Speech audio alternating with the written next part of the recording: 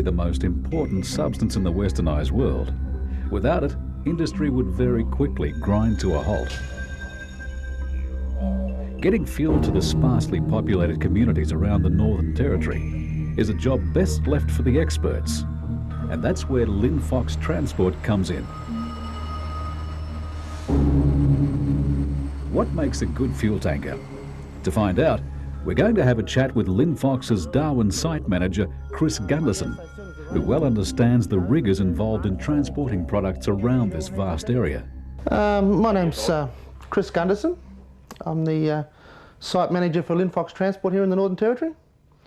I look after the Linfox fleet from that runs into North and Western Australia, all through the Northern Territory, down into Queensland, far down to Alice Springs when necessary. So yeah, we cover a fair bit of territory up here.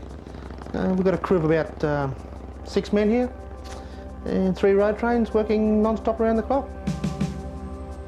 Now we cart across the board.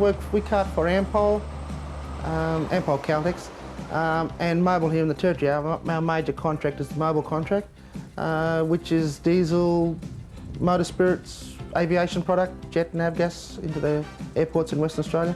Every road train that pulls out of here, they're set up with triaxle trailers, triaxle dollies, concessional loading, so that I can put at least 110,000 litres of diesel on them, which works out at around about 135, 140 tonne all up.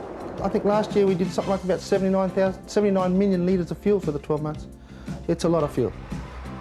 Delivering such large quantities of fuel requires not only the right sort of machinery, but also the right sort of men for the job.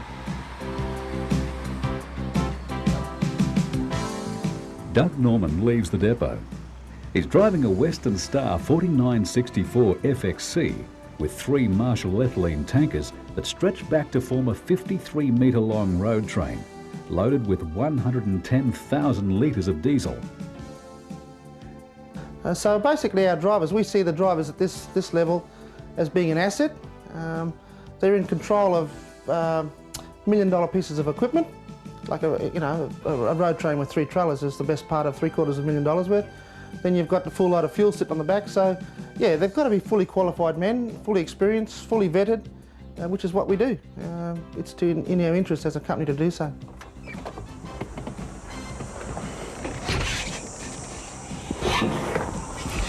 G'day, my name's Doug. I work for Linfox Transport. I've been with Linfox in Darwin for 4 years. And I'm just on my way down to Tennant Creek with a load of fuel. This is Emerald Springs where we stop now. It's 2.5 hours south of Darwin. What I'm just going to do now is walk around, have a bit of a look at the truck, check the tyres and wheel bearings.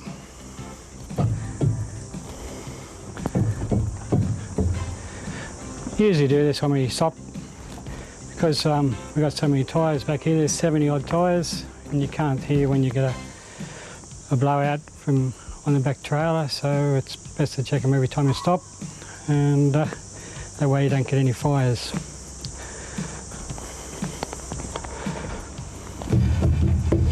Also, while you're checking the tyres, just refill the wheel bearings, because sometimes with a constant rolling they do get a bit hot, and so you just have to make sure that you don't have an overheated wheel bearing.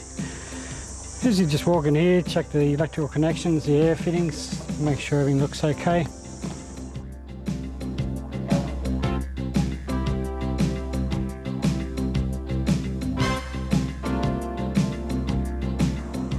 One of our other drivers made this little attachment up here and just fill it up, a Coke bottle full of a bit of soapy water, and it's right next to the water tank here and makes cleaning up very easy. You don't have to go looking for your soap everywhere. It's all in one place. Yeah, the Western Star trucks are up to about 560,000 kilometres now. They're going well.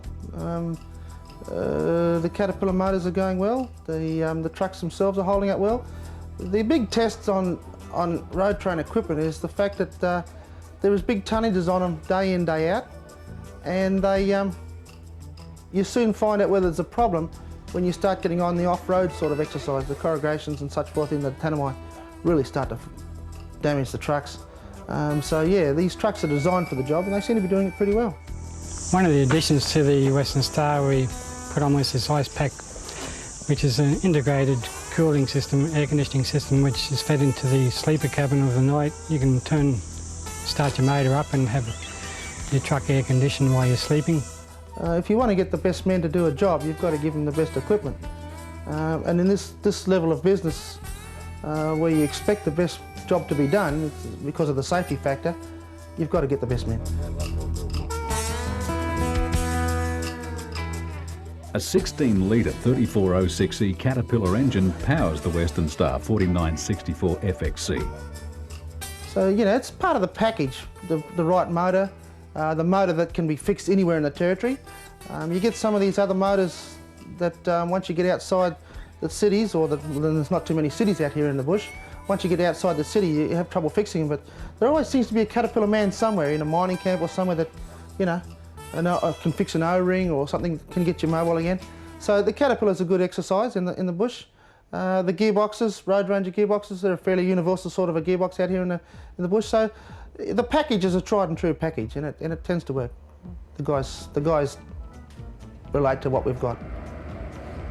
The tankers that carry the fuel are obviously an integral part of the transport package. They were designed for road train work. They're a heavy duty barrel. I think they're about 45,000 litres. Very good barrels. I have had no problems whatsoever in regard to cracking or suspension or any sort of exterior damage whatsoever with these tankers at this stage. They're 2.5 years old now and they've been great.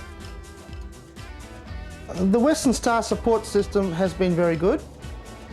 Western Star make an effort to get up here to the territory and sit there and discuss their trucks with me.